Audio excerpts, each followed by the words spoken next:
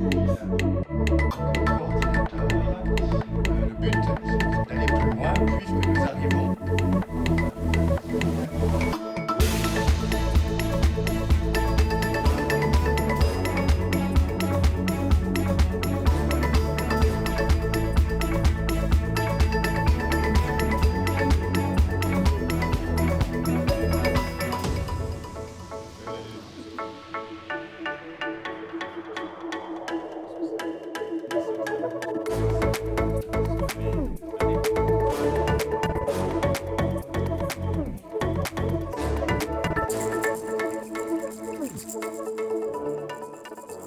Je suis donc curé à la paroisse Saint-Laurent à Paris. Depuis 10 ans, j'ai eu plusieurs ministères et prêtre depuis l'année 2005. Je suis auteur d'un livre qui s'appelle « Vive nos relations dans la paix » aux éditions des Béatitudes, sur la relation entre nous et en particulier dans l'Église, dans la famille, en quoi une saine relation permet une vraie fécondité.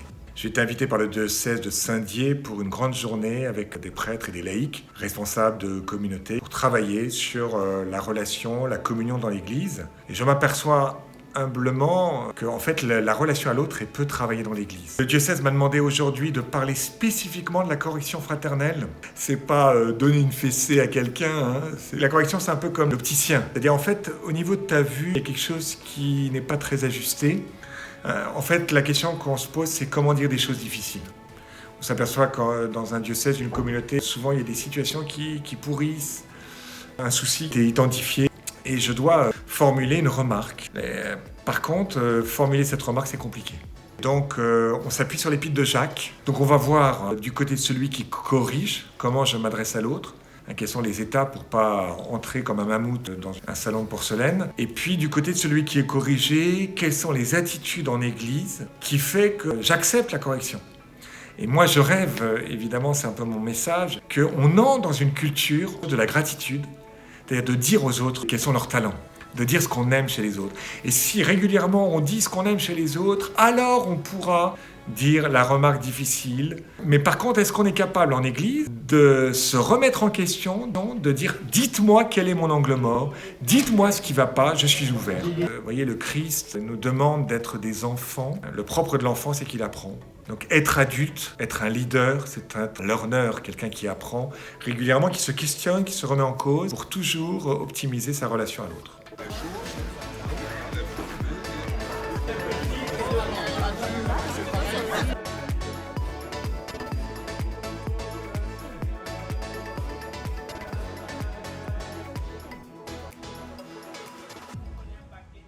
Comment tu vois ton rôle de coordinateur d'équipe C'est le rôle de stimuler, d'essayer de montrer l'intérêt d'une telle démarche, d'une telle avancée, parce que c'est pour le bien des personnes, le bien des paroisses et le bien de l'Église. Et donc, c'est tout à fait dans notre rôle de coordination de faire grandir la communion. Je crois que, comme tous les coordinateurs ou coordinatrices, pour moi, la coordination, c'est créer du lien. Ça commence déjà par le lien entre nous, membres des équipes.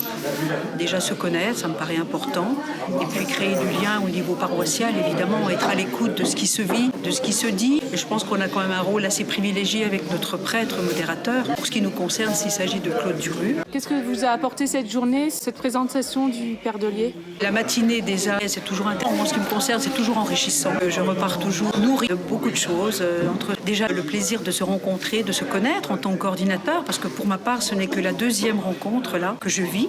Et on en a eu une précédemment le 2 juillet dernier, et puis celle-ci, qui d'ailleurs fait suite à la première, à mon sens, avec également tout ce qu'on a vécu entre-temps à la rentrée paroissiale. Et puis pour ce qui est de l'intervention du Père Dollier, ce serait intéressant d'en reparler ensuite entre nous, pour les personnes qui étaient présentes. Et bon, personnellement, j'ai acheté son livre, donc ce sera aussi l'occasion d'approfondir tout ce qu'on a pu entendre. Et puis les petites rencontres à trois, là, les petits trios, comme il les a appelés, ont permis aussi peut-être d'échanger déjà dans un premier temps. Mais je pense que ça appelle personnellement à un approfondissement.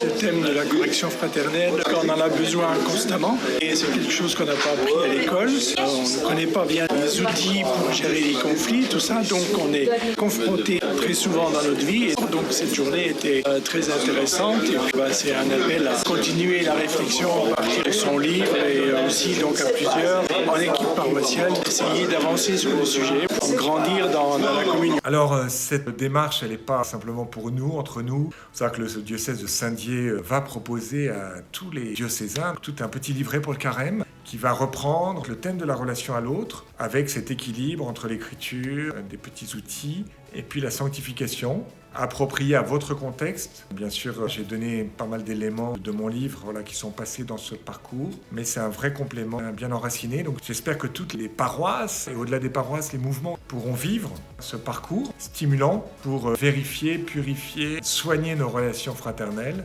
afin qu'on sorte le jour de Pâques ressuscités, attachés au Christ et aussi attachés les uns aux autres. Bon carême et d'ici là, bonne route ensemble dans cette vie fraternelle, unis les uns aux autres et unis avec Dieu.